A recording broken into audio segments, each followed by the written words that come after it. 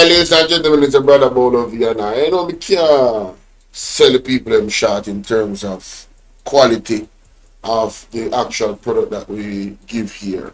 You understand? And everything happens for a reason, right? Now, Lisa Hanna exposed the Speaker of the House.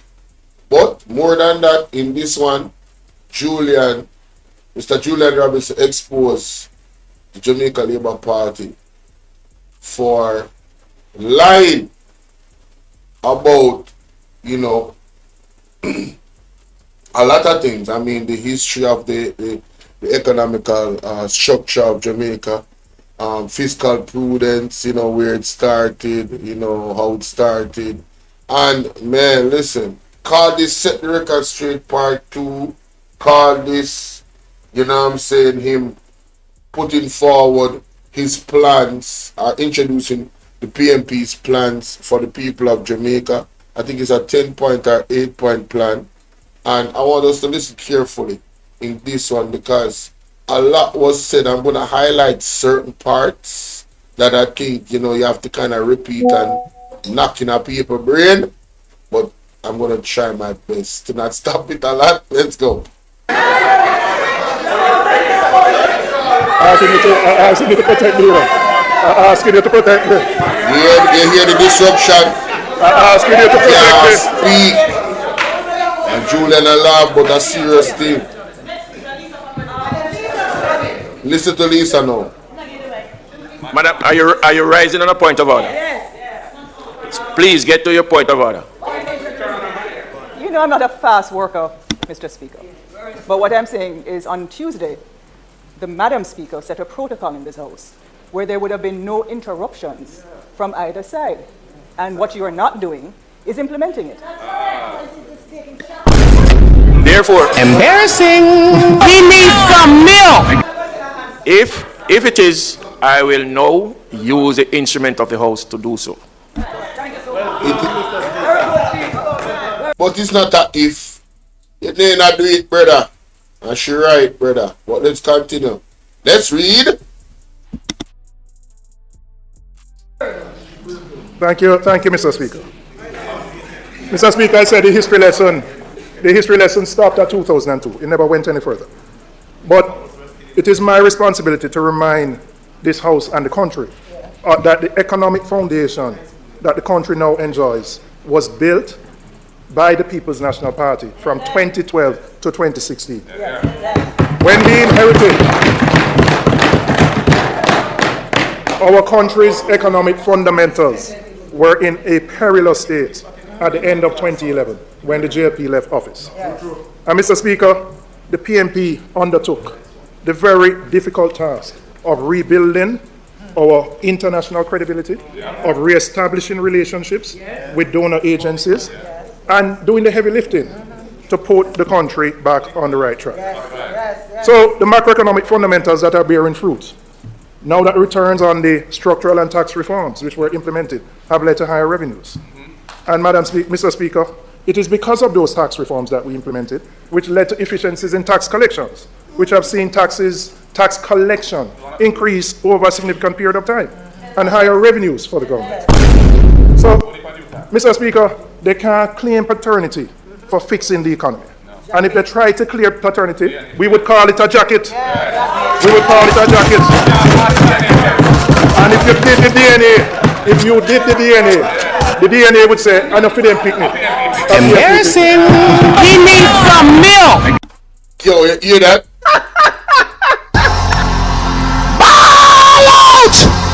Whoa, we need help, Jesus. Jamaica need help. Shift the parliament. Yeah, hey, PMP. JP, I think PMP pick there and claim if you be there. Lord of mercy, what a banger.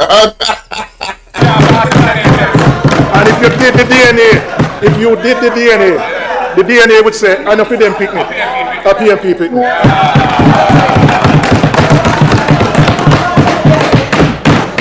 Mr. Speaker, we recall the years where the economy experienced 14 consecutive quarters of negative growth from 2007 to 10, only to achieve a mere 1.5% in 2011. So I was just surprised that the history lesson didn't go that far on Tuesday. It conveniently stopped. Thank you.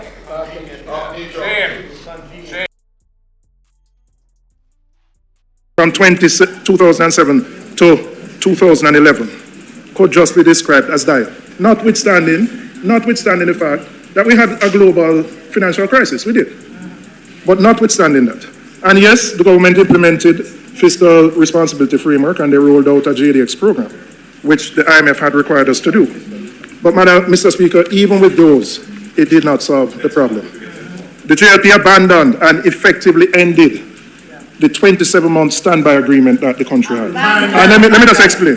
Abandoned, not just failed a test, didn't take a test, just abandoned. And don't take my word for it. Let me quote Trevor Elaine, the then IMF mission chief to Jamaica, who captured the severity of the period in an interview.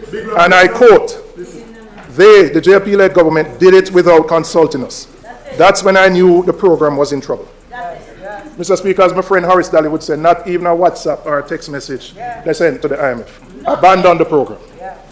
The collapse of the IMF program under the JP's watch not only strained relations with the fund, but affected funding from other multilateral organizations. Following the IMF's decision, the World Bank, the IDB, and the EU withheld support. Mr. Speaker, the international financial community had turned its back on Jamaica. By 2012, late 2011, we were on the precipice of economic collapse. We didn't have access to the international financial markets. Public debt had soared to 134% of GDP. Our very survival as a nation was at stake. And I just want to share with you some statistics. The fiscal deficit at the end of 2011-12 was 6.2% of GDP. Wow. Inflation was at 7.3% by the end of 2011-12. And this is according to the government's fiscal policy paper. The Jamaican people, yearning for change, entrusted the responsibility of the country to the People's National Party. And in that period, we managed to negotiate a new IMF agreement with the support of our international allies, which provided a financial lifeline for Jamaica. But make no mistake, it was a painful negotiation. The IMF felt that we had to be taught a lesson because the level of trust had broke down. Dr. Peter Phillips, who could be considered the father of that fiscal transformation, in an article written in the Financial Times, said, "My first few weeks were spent in a dialogue of the deaf. There was a view that it would take a complete collapse to force Jamaica to change. My job was to convince the IMF that we were serious this time, but there was a big trust deficit. We were making no progress on our own in negotiating a deal with the IMF. The JLP had left a bitter taste in their mouth." The Financial Times published an article quoting an IMF insider, and this is what the IMF insider said when there were meetings with the IMF staff team and the Jamaican delegation. He said, "Has Jamaica crashed yet?" That is where we were at the end of 2012. Embarrassing! We need some milk! It was Portia Simpson Miller who used her international financial capital, political capital, to get our friends.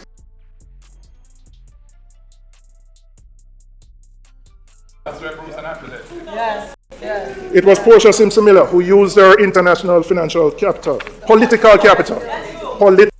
This was one of the rare scenes, ladies and gentlemen, where the cameraman pointed the camera at Andrew Holness. Guys, Andrew Holness look kinda, him alright? I'm gonna ask this genuinely. Him look like him alright too, no? So, alright. Something not right, my wisdom warriors. Something is not right. Tell about them. One thing me know, Andrew, the prophet them did talk to you still. Simpson Miller, who used her international financial capital, political capital, to get our friends in the... Yeah man, them did talk to you man and tell us if you repent and tell us if you make we have one fasting for the whole country for 7 days. But from the party I did with everything else but God, the Almighty Creator of all things. Yeah, and hey man, listen. The prophecies are there, I'm sure you've heard them. And yeah, I'm just saying. All lies will be exposed. That's all. And anyone who takes that the wrong way, know why they take it the wrong way. Back to Mama P and Peter Phillips. Black Caucus in Congress to lobby the IMF so that we get of 2011. National financial capital, political capital to get our friends in the Black Caucus in Congress to lobby the IMF so that we could renegotiate an agreement.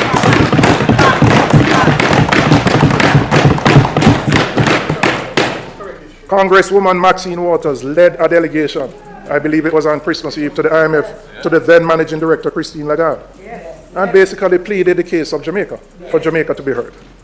And, Mr. Speaker, we had to undertake very difficult reforms. Some of those measures were painful. They involved raising taxes because we had to run a large fiscal surplus. But it was the passing of these tests, our adherence to fiscal discipline, and our efforts in reducing the debt that has handed the Labour Party the economy that they now enjoy.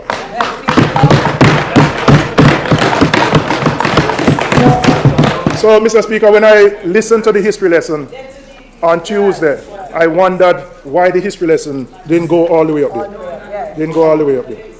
So, during our tenure, we undertook a challenge in debt restructuring and committed to maintaining a 7.5% primary budget surplus. By the time we left office, we had reduced public debt to 120% of GDP. We upheld an unparalleled level of fiscal discipline, tightened fiscal policies, and rolled out a comprehensive economic reform program. The program focused on structural reforms to stimulate growth and employment, significant fiscal adjustments backed by broad institutional reforms. By 2015, the country, Jamaica, the government under the PMP, had raised $2 billion in the international financial markets at low interest rates. A third of those funds were used to buy back outstanding debt, including a portion of the Petrocarib debt from Venezuela. And that transaction, that single transaction,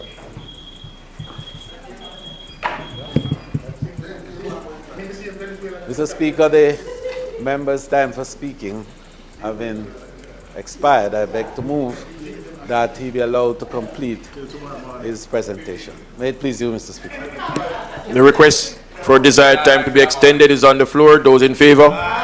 Those against, the ayes have it. You may continue.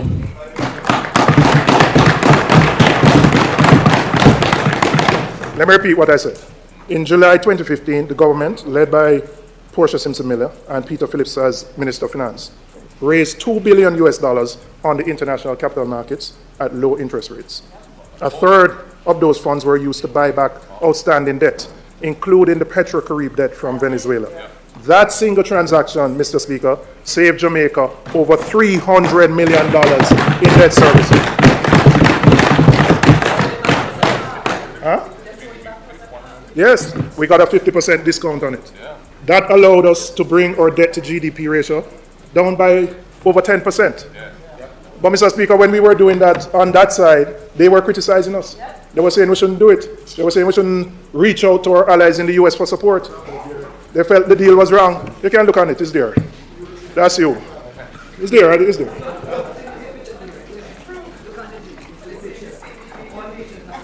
Mr. Speaker, we also enhanced fiscal rules to guarantee prudent fiscal management.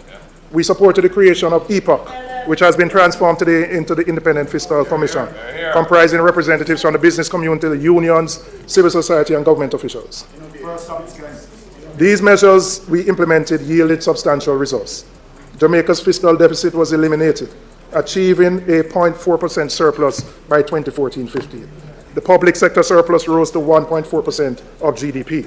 In 2015, inflation had dropped to 3.7% and was the lowest in nearly 5 decades. During that period, our economic progress did not go unnoticed. Standard & Poor's and Moody's raised Jamaica's debt credit rating in 2015, and Fitch followed suit in early 2016. Jamaica also made significant progress in the World Bank's Doing Business report, climbing 27 places from 85 to 54 among. Mr. Speaker, the work done by the PMP administration did not go unnoticed. The IMF's then Managing Director, Christine Lagarde, and I quote what she said, "I want to pay tribute to Minister Phillips and his colleagues for what has been a clear change of course. making the hard choices and successfully completing 4 reviews. Right?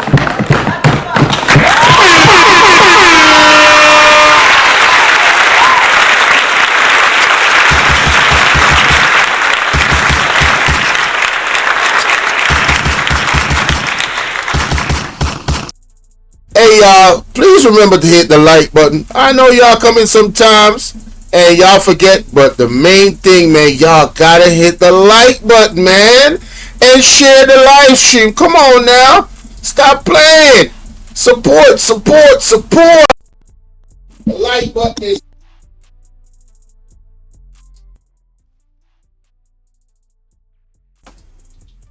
No, ladies and gentlemen, Mr. Julian Robinson is totally, I'm talking about totally tearing down all the skyscrapers of lies that has been told by the Jamaica Labour Party about this particular situation with Mama P and the 18 years and everything. Look at that. Look at the headline right there in front of your eyes. Eh? What am I going to say now? Eh? Do that and beat them. I want to pay tribute to Minister Phillips and his colleagues for what has been a clear change of course. Yeah. Making the hard choices and successfully completing 4 reviews. Right? 4 reviews. Unprecedented. And the man them literally set them up for fail. Talk to me nice, though.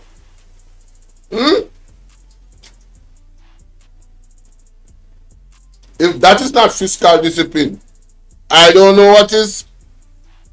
She described the program's success as astonishing, a testament to Jamaica's disciplined and transparent economic management. And you will remember that she chose to come to Jamaica. And in that picture is the most honorable Portia Simpson Miller, Dr. Peter Phillips, and Horace Knight.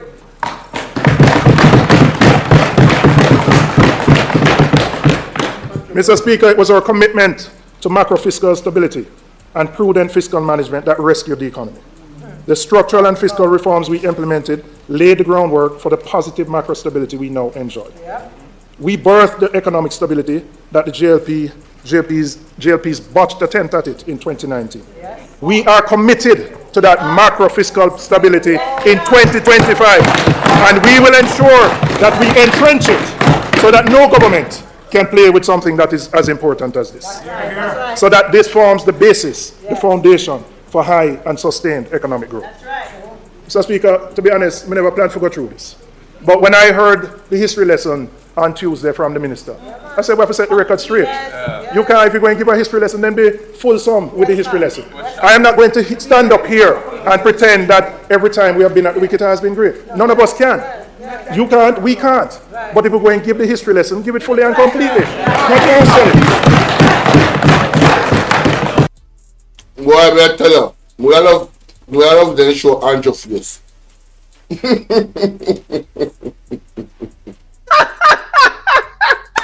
Big up Julian, man. Big up Julian. What an excellent job. That is funny, honey. I don't want to take away anything from Julian. I don't want to take away anything from Julian. All lies will be exposed. That's all. And anyone who takes that the wrong way, know why they take it the wrong way. But let us be real, ladies and gentlemen. What's her name? Mrs. Faval Williams. Her presentation was an alley-hoop. And guess what? Julian went up there like Michael Jordan. And I'm trying to tell you, his tongue was out, the signature tongue out, you know what I'm saying?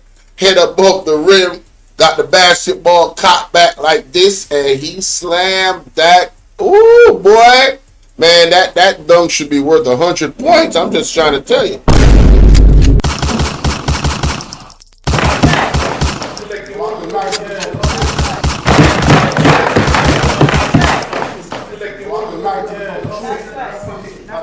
Mr. Speaker, I now want to look at the current government's track record on economic growth. Despite the posturing of having the strongest economic fundamentals in history. When they came to office in 2016, they promised sweeping prosperity. But now you have to ask prosperity for who? who are the beneficiaries of that prosperity? It can't be prosperity for only a well-connected few. But make no mistake about it, Mr. Speaker, for the majority of Jamaicans, right, life remains a struggle. Life remains a struggle. Many people are just struggling to make their ends meet. What this government has neglected to tell the people is that prosperity doesn't come out of thin air. It's a result of strong, sustained economic growth.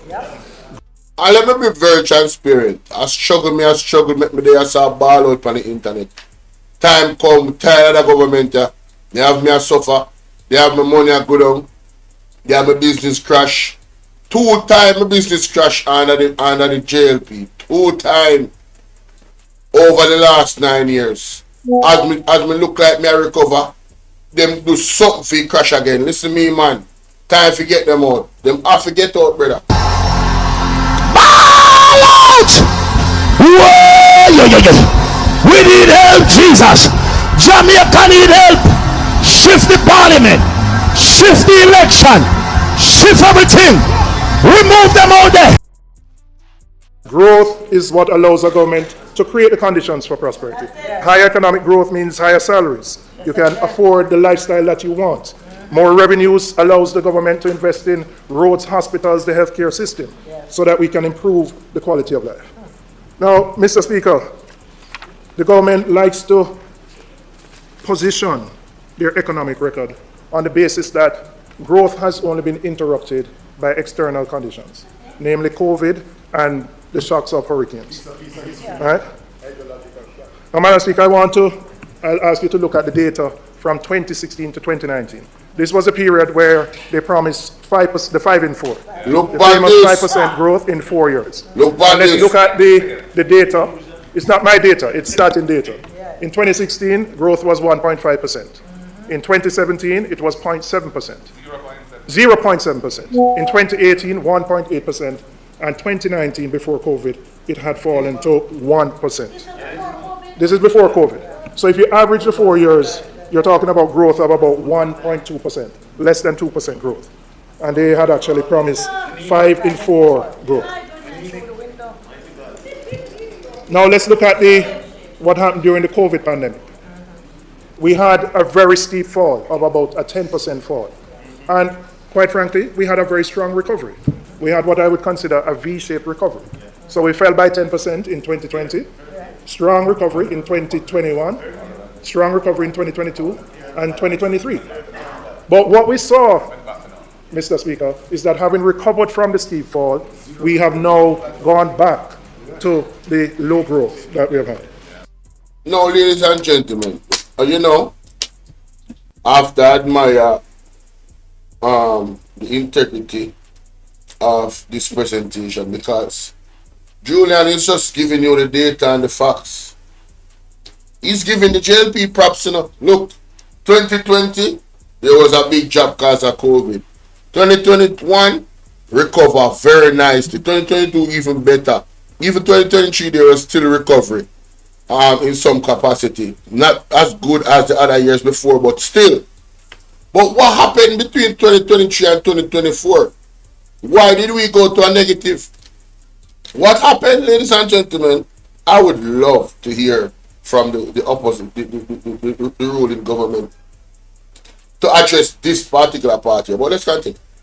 So the projection for 2024 is that we're going to have negative growth of just under 1%, 0.9 of 1%.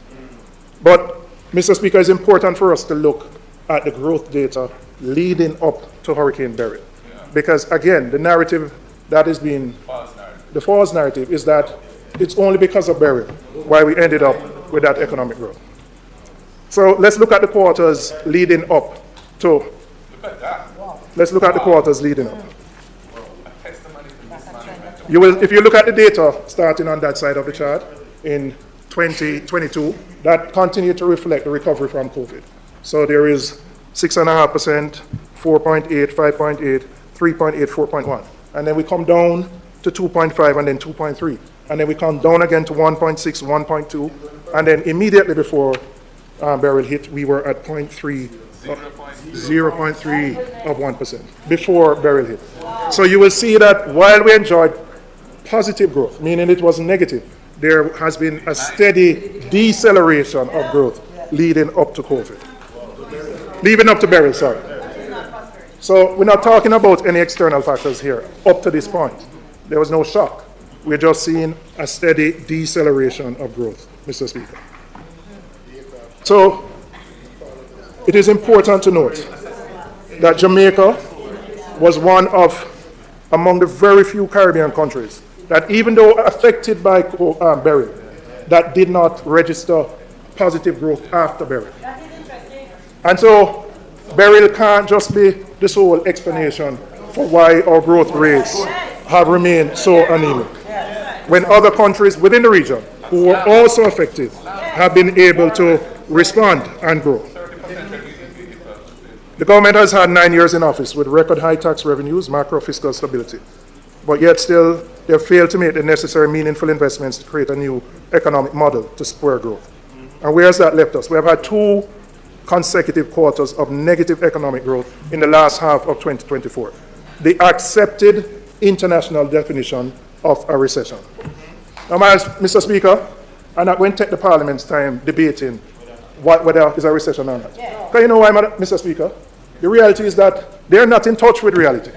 It is a reality. If the Minister of Finance can say $2,000 per month for 3 years can make you pay down on a pro box, it means they don't understand what is going on in the country. They don't understand. So I'm not going to debate this. Right? Internationally, it is known that 2 quarters lead to a recession. But they're People say, see the pro box there? Link up the man. Cash App, sell PayPal. You understand? You want one of the hot pro box, your hot pro box. Why favor? Mrs. Pro box me I call you, you know. Rough. If you pro box up, I say, yeah, man. Yeah, man, hot pro box. different types of recessions. Your economic fundamentals can be strong and you have a recession. You can have a V-shaped recession, which is what the fall in COVID was, a V-shape. Quick fall, quick recovery. You have a U where you fall, take a little longer, and then you recover. You have a L where there are some countries in Europe fall and them still a struggle. But it doesn't mean that because you have good fundamentals, you can't be in a recession. And on my definition, and I may make it up, but I'm not going to tell the Parliament here, because the reality, Mr. Speaker, is that the people are feeling it themselves. The people understand what their daily reality is. So whether you want to call it that or not, they are living that experience, Mr. Speaker.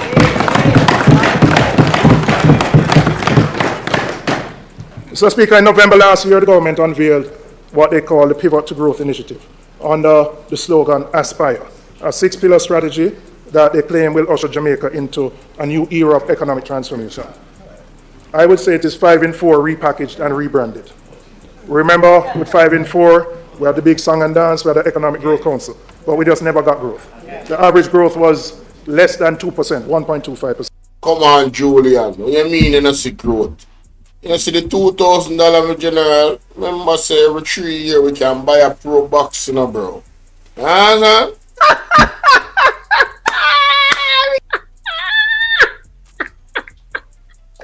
That is funny, honey. Out! Whoa! We need help, Jesus. So we look forward. Well, when I say we look forward, I don't know that Aspire is going to be implemented, because I believe Aspire is going to expire before the time comes.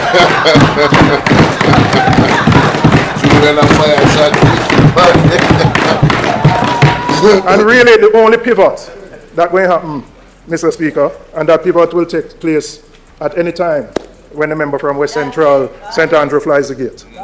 The only pivot that will take place is that we will pivot from here and we will go over there. Member good no man. Watch your things.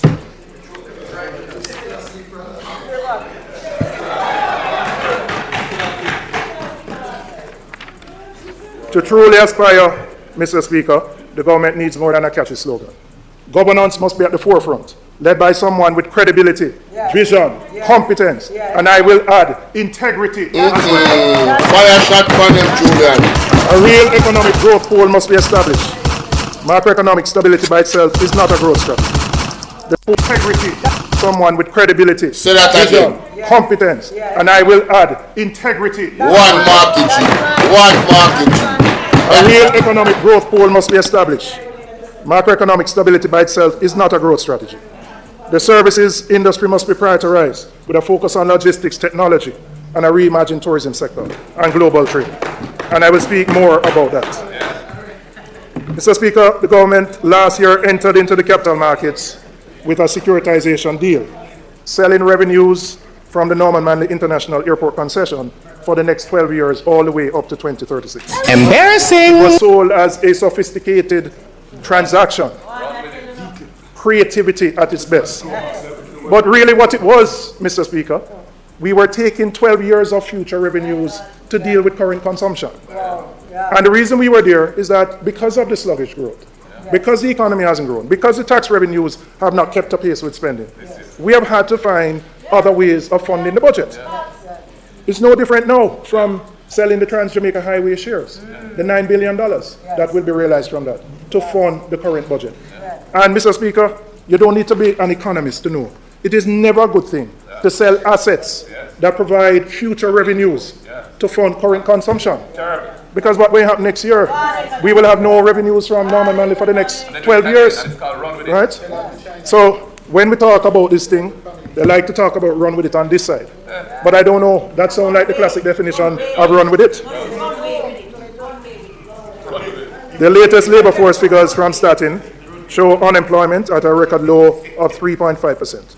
And that's good news. It's always good news when there are more Jamaicans engaged in work. But while we acknowledge the low unemployment rate, we also have to ask, what is the quality of the jobs that are being created? A closer look at the labor market reveals a troubling reality. Many Jamaicans are working in contract-based, precarious jobs with little or no security. They earn unstable incomes, and they lack basic employment benefits such as paid sick leave, vacation leave, and maternity leave. Only a small percentage of them can expect a pension. Madam Speaker, Mr. Speaker, the issue of the quality of work and contract work will be dealt with more fulsomely by the opposition leader when he speaks on Tuesday. But we are committed as a party to ensuring that there's equity and justice for those in the workforce.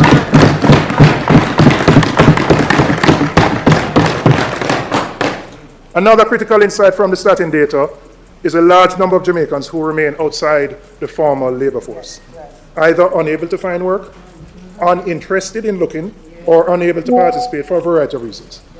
As of October 2024, 687,500 Jamaicans were classified as outside the labor force. That's almost 700,000. And those outside the labor force are classified from 14 and above, I believe, up to 70. Of that number, 108,900 were young people who were not working, not in school, or not in any training program. And really, No, I said 14 to 70 is what Statin uses to classify outside the workforce. Of that number, 108,000 are young people who are not working, not in school, and not in any training program. Listen, Julian. Mr. Speaker, this is really a consequence of an economy that has failed to grow and provide the type of jobs for the majority of the Jamaican people. And a low unemployment rate really can't be celebrating when many workers are trapped in low-paying, insecure jobs, where half of the population is struggling to afford food, where tens of thousands of young people are disengaged from work and education. So while a low unemployment rate is always good, we must do more to address the crisis of low wages, job insecurity, and economic inequality.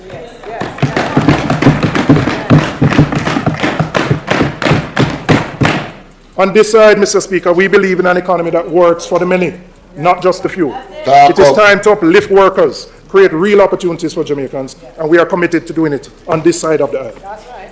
Mr. Speaker, there is a great disconnect between the data that more Jamaicans are employed and the stark reality of the hardships that many of them face.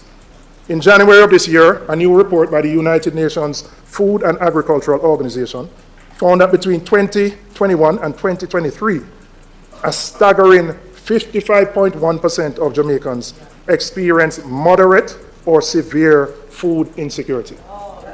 Not my data, Mr. Speaker. FAO did their own study. 55%, Mr. Speaker. That's embarrassing enough. Let that sink in. Embarrassing. More than We need half some of the milk. population struggles to afford nutritious and security. No, sir. Not my data, Mr. Speaker. FAO. More than 55% of Jamaicans can't, them have struggle to find food to eat, like healthy food, nutritious food. Oh my God, man. Man, bro, this is not even, man, listen. Did their own study. 55%, Mr. Speaker. Sheesh. Let that sink in. More than half of the population struggles to afford nutritious and balanced meals. I guess that's Many prosperity. Jamaicans are underfed and living in financial distress, despite being employed. So yes, more Jamaicans may be working than before, but what they're earning is simply not enough Not to make ends meet. enough. Talk truth, Now, what is even more alarming, Mr. Speaker, is that when you look at the FAO data for the Caribbean, only Haiti Jesus, has a please. worse food insecurity record than Jamaica. Haiti, we are Only not Haiti people, we are of not all the over there. countries in the Caribbean. That And bad. even more disturbing, Mr. Speaker, is that it is moving in the wrong direction.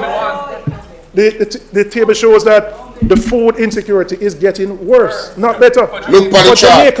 For Jamaica. Look on the chart, people. You understand what I say? 2019 to 2021 are 50.3 there. And now 2021 to 2023, you got a 55.1. So there has been a 4.8, a 4.8, ladies and gentlemen, situation right or so. Yeah, 4.8, a 4.8 growth in the amount of people, 4.8% growth of the amount of people since 2021 to 2023 who are literally, them can't find, them not have food security, them can't find food, them struggling to put food on the table, and they're working. How much more sacrifices Jamaica people them are gonna make? How much more sacrifices? But I want them have to tell them, you know, you see 2025, the profit don't talk, you know. The message not deliver. You know what I deliver it? You know how much black I listen, you know how much of them black on? Half a million make them can put on them pot. If a one preacher make Jamaican dagger can yam food, I'm asked you what. Led by Andre.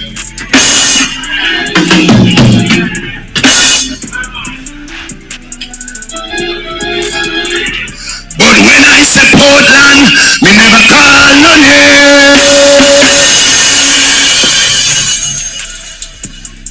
Which show me can, me no call no fool.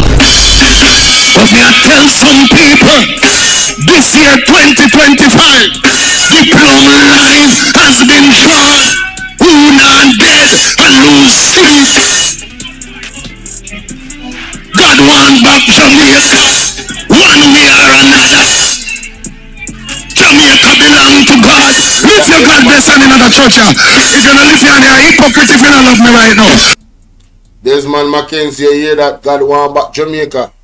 So when you go talk about say, when you now go surrender Jamaica to the PMP, what if God decides a PMP is going to move Jamaica forward? Who are you? A mere mortal.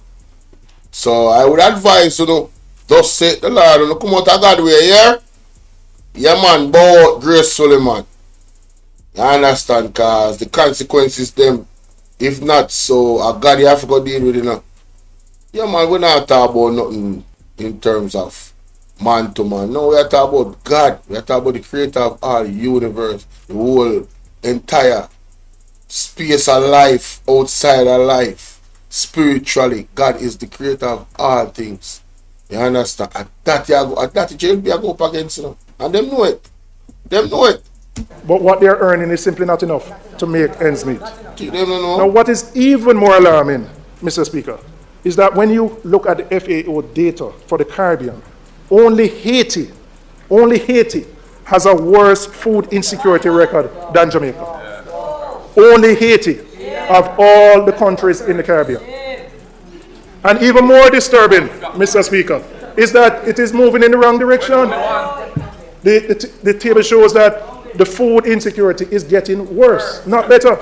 For Jamaica. For Jamaica. Not for the other countries. Minister, I'll send you the report. I'll send you the report. Not mine, not my data. Not my data, not our data. It is the United Nations FAO sobering study that all of us must reflect on. People can't imagine how this is going to look 5 years down the line under our JLP government. We are going to go in our 60s, you know. We are going to reach the 60s. The way all them are move right now. Every 2 years, then gone up 4. Then in our 60s, we are going to reach near 65. This is embarrassing. Man. Embarrassing. We need some milk. And very concerning more than anything else. Because you talk about food. Can you imagine Jamaica, the place where me know say if I did one thing we could have depend upon. Say all when the pocket did empty. We fridge did full. No, my people, wanna be honest. All when the pocket did empty. Back in the day, for the majority of Jamaica, more than 50% of Jamaica, back in the day when it comes to food security, we know say the fridge did full. We know say the basket did full. Why you think this happen? Because the cost of living gone so damn high. You understand? We have to spend more for less. That's why people can't find any bag of importing. Want to talk to me nice. And part of the challenge, the survey of living conditions, which we used to do on an annual basis, I don't think we have produced one since COVID. So the data that is very specific to Jamaica about poverty and living conditions, we don't know. We don't have the data. One hasn't been completed. I mean, our census hasn't been completed, right? Mr. Speaker, it goes without saying that the cost of living crisis, I don't know that it has been produced. All right, okay.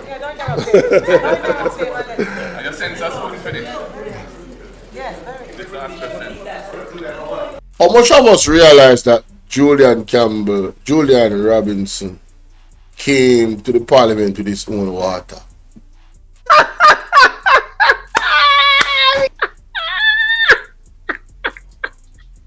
That is funny, honey. That's funny. Oh my God, that is funny. Hey, Julian. You are the GOAT, bro. You are the greatest of all time. I think subtly this man has been disrespecting the hell out of the entire parliament. The man said now drink no water. Mr. Pantan part 2 this now. Watch out. The cost of living crisis is one of the greatest challenges facing Jamaica today. Wow. The harsh reality is that what the average Jamaican can afford today is less than what they could in 2016. And notwithstanding the challenges in the global economy, it is a fact that the failure to grow the economy has put us in a position where many Jamaicans are simply struggling and living hand to mouth. Yes. It's not just food and household goods that have become more difficult to afford. Electricity bills, water bills, all of them have become more difficult. The People's National Party plans to address the cost of living crisis in a 3-tiered approach, tackling the issue in the short, medium, and long term to provide immediate relief, ensure economic reform, and drive sustainable growth. In the short term, to address the cost of living crisis, we are proposing targeted policies that will cater to different demographics. One, the young people, secondly, parents with children, and then the elderly. Mr. Speaker, we're going to, first commitment we're doing, we're going to extend the post-graduation moratorium for students who borrow money from the Student Loan Bureau. Yes. And the reason we're going to do that, many of those who graduate need more time to settle themselves in the workforce. Yes. Giving them an additional 6 months will allow them that time to get the kind of job, and to be able. Man, listen, I don't want to see Julia Cuthbert in a dark alley. You know when you turn around, I'm straight, bro. I'm afraid of Julia Cuthbert. Yeah. All right. that neck and that broad ass, nah, I'm good. I'm straight, bro. Look at her hands. Her hands are bigger than mine, bro. That's crazy. Able to start the repayment. So that's the first commitment, Mr. Speaker. We're going to extend that moratorium by 6 months. The second commitment, Mr. Speaker, is that we are going to introduce a structured system that will allow borrowers to renegotiate their payments based on their level of income. The opposition leader has spoken to that already. And I'm going to explain why this is important. So, and I'm going to use some round figures. Let's say you borrowed $5 million and your repayment is $30,000 a month. But you haven't gotten the kind of job that allows you to pay the $30,000 a month. But you're paying $20,000 every month. Right? And the reality is that if you look at the unemployment data, it doesn't say this, but we have a large percentage of what you call underemployment. People who are in jobs below their experience and qualifications. The challenge with the system right now is that even though you're paying the $20,000 that you can afford every month, you are considered delinquent and in default. And you're still paying the $20,000. And with the advent of the credit reporting systems, it means that those students are now confined to bad credit scores. So if they want to buy a car or if they want to buy a house, they have a very bad credit score. We are going to reform the Student Loan Bureau so that we can do away with that categorization of delinquency and being in default. So that not on an ad hoc basis, we will formalize it.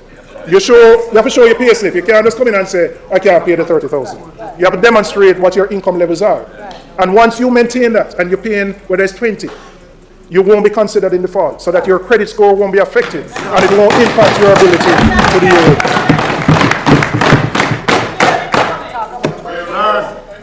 That is our commitment number 2. One of the biggest financial burdens on struggling families is the daily cost of sending their children to school. Not just the bus fare, but the lunch money. Many parents simply can't afford it. And for too many children, this means inconsistent attendance or children going to school hungry. And when they go to school hungry, they can't focus. They can't learn.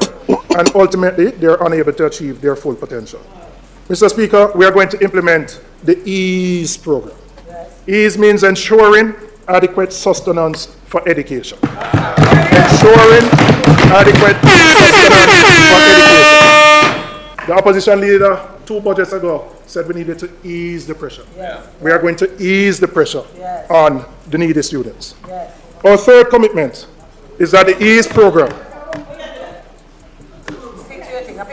Our third commitment is that the EASE program will guarantee that every needy student from primary to secondary school receives 1 nutritious meal per day at school, with a long-term plan to expand that to include breakfast.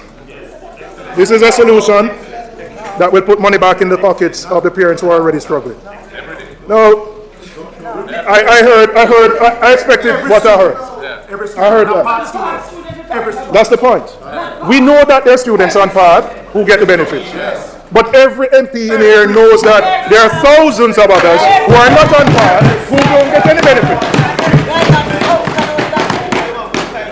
Outside of PAD, who don't get the benefit.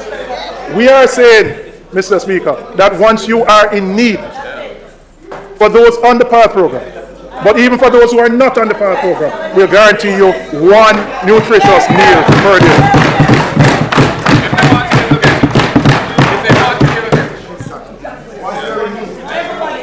No, Mr. Speaker, we're going to phase in the EASE program, ensuring an efficient rollout that maximizes the impact while maintaining fiscal responsibility. The opposition leader will address the transportation plan in his presentation. But let me say this, if you can't afford the lunch money, more than likely you can't afford the bus fare either. And too often, many of us in our own constituencies, we will see children at home on a school day. And when you ask a parent why them can't go, and them just say, but I don't have the money to send the picnic to school. That is the reality of too many of our children.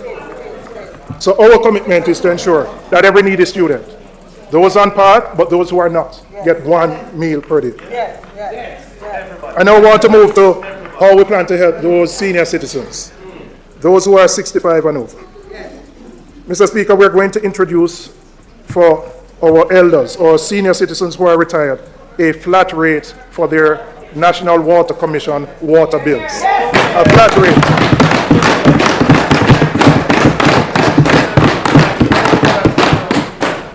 So every Jamaican 65 or over will benefit from a capped flat rate that will help to ease the financial burden. They have, and it is not going to be one rate across the board because people have different consumption patterns, right? And so you work out, and we will work out what that rate is.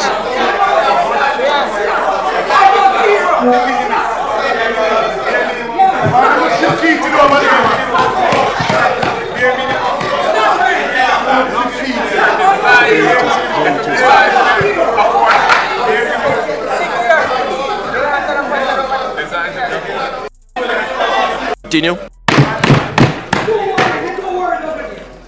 Mr. Speaker, I now want to turn my attention to the state of the Jamaica Urban Transit Company because it exemplifies a much bigger issue, which is the failure of the government to invest in essential services that directly impacts people's lives and their cost of living. Public transportation is a necessity for thousands of Jamaicans. It determines whether children get to school on time, whether workers arrive at their jobs without stress, whether families have a few extra dollars in their pocket at the end of the day. Yet JUTC has been systematically run down by this administration.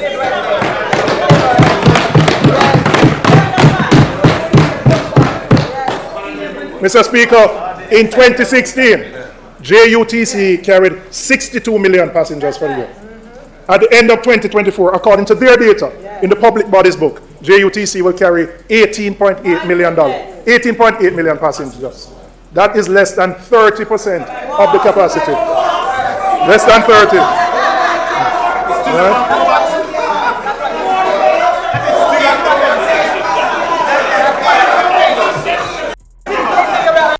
So, Mr. Speaker. Allow the speaker to. They're silent. Right? Mr. Speaker, I heard Satavache a comment, so what? I'm going to tell you so what. Right? I'm going to tell you why this matter. I'm going to tell you why it matters to Yvonne and her two grandchildren. Because when she comes to Spanish Town at 5 o'clock in the morning, she wait 1 hour on the JUTC bus. She can't get the JUTC bus with her 2 children. She have to go and jump in the coaster and pay $250 to go to school. And the money that she was going to give the 2 children for them lunch money, she have to spend on JUTC. And it takes them and her 3 hours to get to school. So you impact her cost of living. You impact productivity in the country. And you impact the quality of life. So you can't say so what. You can't say so what. And you know why you can't say so what? Because the people who use JUTC are the most marginalized in our society from the lowest socioeconomic groupings. So when you allow JUTC to run down like that, when you allow it to run down like that, right, where you're operating at 30% of the capacity, but with 30% of the capacity. So when you ordered the 100 buses last year, is about 10 press release, Mr. Mr. Press release when it ordered, Mr. Press release when it come, Mr. Press release 5 days before it come, big song and dance. It has taken 8 years to add 100 buses, and you have another 100 buses, and you're operating at 30% of the capacity. But, you know what is worse?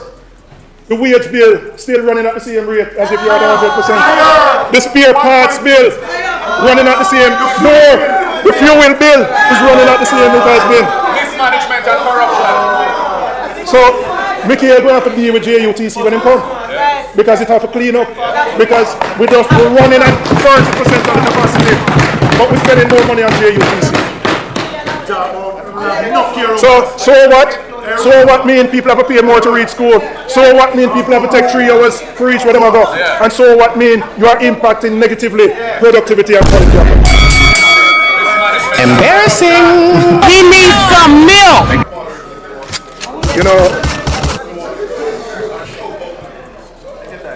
You know, Mr. Speaker, when I was here on Tuesday, and I was listening to the Minister of Finance's presentation, and every sector has to lobby for what they want. But when I heard the relief that was being offered to the new car dealers, I asked myself, if I thought about the top 5 priorities that are affecting the country, whether it be crime, whether it be education, healthcare, improving public transportation, I wondered which one that would solve. I wondered which one that would solve. I wondered which one that would solve.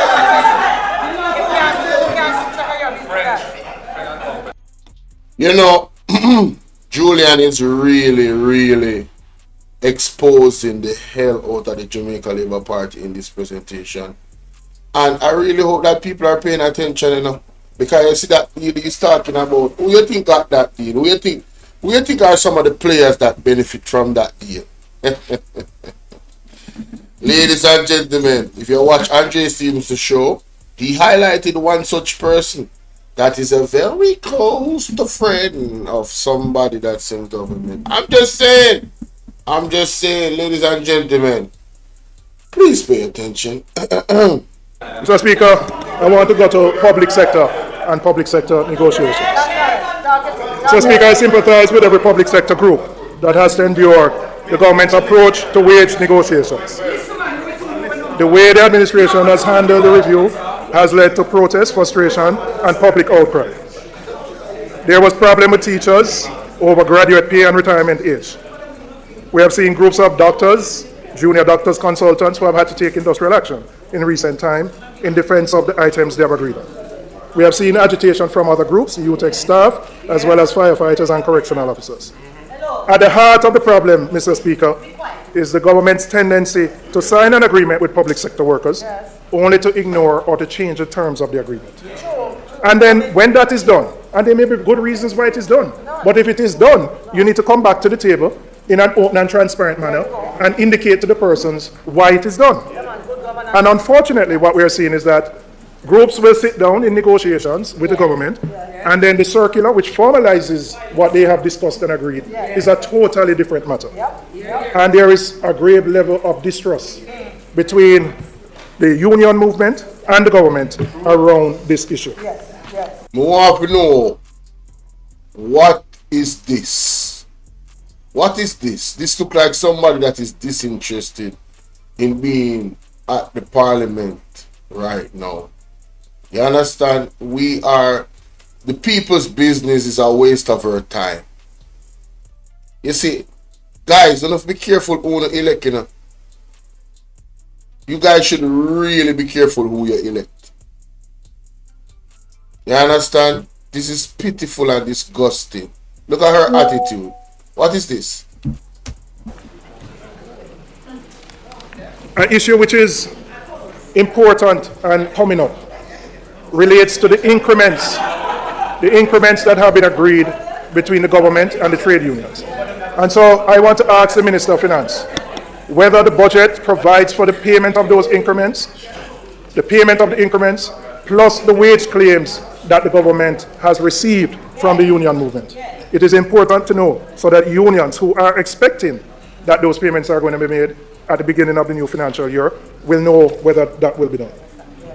When we were last in government, Mr. Speaker, we established the Public Sector Monitoring Committee, a critical platform that brought unions to the table, ensuring consultation, transparency, and trust in decision-making. I got any time this because damn, this is an hour. This reaction is an hour, man. Remember to hit the like button, man. Woo. Remember to hit the like button. We gotta stop it off there, man. Julian is cooking, man. It's hard to stop him. He is cooking. Yeah, I'm gonna stop it off right there, and then yeah, we're gonna touch back on the other one. You know what I'm saying? But he raised so many great points. He exposed so many things, like, you know, the past and the realities of where we were when this government came into power and what they inherited from the hard work of Portia Simpson Miller. And even before that, Omar Dave, Peter Phillips, you know what I'm saying? Like, come on, man. Y'all gotta stop. Stop telling lies on give Mama P her respect. Alright? Give Mama P her respect. Can we do an honest assessment? Can we be honest about where we are in the economy right now, today? Do you see the information We are so close to being Haiti. It's ridiculous. And this is all under the Jamaica Labour Party. So they've been in power for 10 years and we are going in the direction of Haiti. So my labor right them my labor right family and friends. You know, alright with that? So somehow on phone pocket fat. So forget the rest of Jamaica, the 55%. The 55% of Jamaica we can't find food. Like we can't find, we don't have food security. What not deal with? You ready for food? Have you been registered?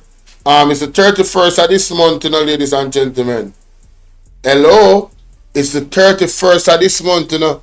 At the deadline, you know, get ready for vote. I'm a done talk. And I write this somewhere in this reaction right here until the next reaction. I'm a big up on yourself. Hey y'all, please remember to hit the like button. I know y'all coming sometimes and y'all forget, but the main thing, man, y'all gotta hit the like button, man, and share the live stream. Come on now, stop playing. Support, support, support.